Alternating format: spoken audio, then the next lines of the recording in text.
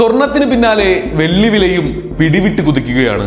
സുരക്ഷിത നിക്ഷേപം എന്ന നിലയിൽ ആളുകൾ വാങ്ങുന്നത് വർദ്ധിച്ചതാണ് സ്വർണ്ണവില കൂടാനുള്ള കാരണം. എന്നാൽ വെള്ളി വില കൂടാൻ മറ്റു ചില കാരണങ്ങൾ കൂടിയുണ്ട്. കൂടുതൽ റിട്ടേൺ ലഭിക്കാൻ സ്വർണത്തിൽ നിക്ഷേപിക്കണോ അതോ വെള്ളിയിൽ നിക്ഷേപിക്കണോ എന്നും പലർക്കും സംശയമുണ്ടാകും. ഇക്കാര്യവും പറഞ്ഞു തരാം. ഏപ്രിൽ മാസത്തിൽ ഗ്രാമിന് 102 രൂപയുണ്ടായിരുന്ന വെള്ളി വില ഇന്ന് 135 രൂപയിലാണ്. അന്താരാഷ്ട്ര വിപണിയിൽ ഔൺസിന് $42 അല്ലെങ്കിൽ 3695 രൂപയും. ഇത് അധികം വൈകാതെ $50 എത്തുമെന്നാണ് വിദഗ്ധർ പറയുന്നത്.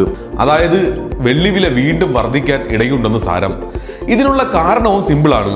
നിക്ഷേപത്തിനൊപ്പം വ്യാവസായിക ആവശ്യങ്ങൾക്ക് ഉപയോഗിക്കുന്ന ലോഹമാണ് വെള്ളി. അമേരിക്കയും ചൈനയും പോലുള്ള വൻ ശക്തികൾ അടുത്തിടെയായി വെള്ളി ശേഖരം വർദ്ധിപ്പിക്കുന്നുണ്ട്. വെള്ളി ഉൽപാദനം 30% കുറയുകയും ചെയ്തു. സോളാർ പാനലുകൾ, ഇലക്ട്രിക് വാഹനങ്ങൾ, 5G നെറ്റ്വർക്കുകൾ തുടങ്ങിയ ആവശ്യങ്ങൾക്കും വെള്ളി അധികമായി ഉപയോഗിക്കുന്നുണ്ട്. ഇതിനൊപ്പം നിക്ഷേപ സാധ്യതയും വർദ്ധിച്ചതോടെയാണ് വില ഉയരുന്നത്.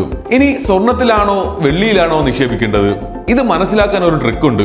ഗോൾഡ് സിൽവർ അനുപാതം എന്നാണ് ഇതിനെ വിളിക്കുന്നത്.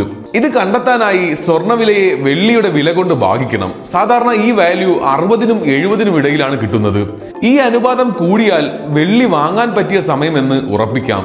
താഴ്ന്നാലോ സ്വർണത്തിലേക്ക് പതിയെ ചുവടുമാറ്റാം. നിലവിൽ 75-നടുത്താണ് ഈ അനുപാതമുള്ളത്.